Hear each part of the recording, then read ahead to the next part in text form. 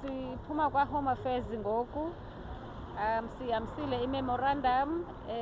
Unfortunately, the immigration officers already gone to help us to go to shop. So we postponed the date to the 16th of July.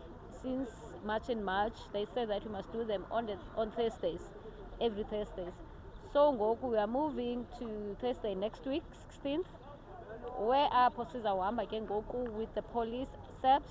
We're gonna go with immigration officers, with Home Affairs, and check the documents of the foreigners are legal, so that siyazi uba sihleli nabantu aba-legal apha, singahlali nabantu abangekho legal apha eMzantsi Afrika.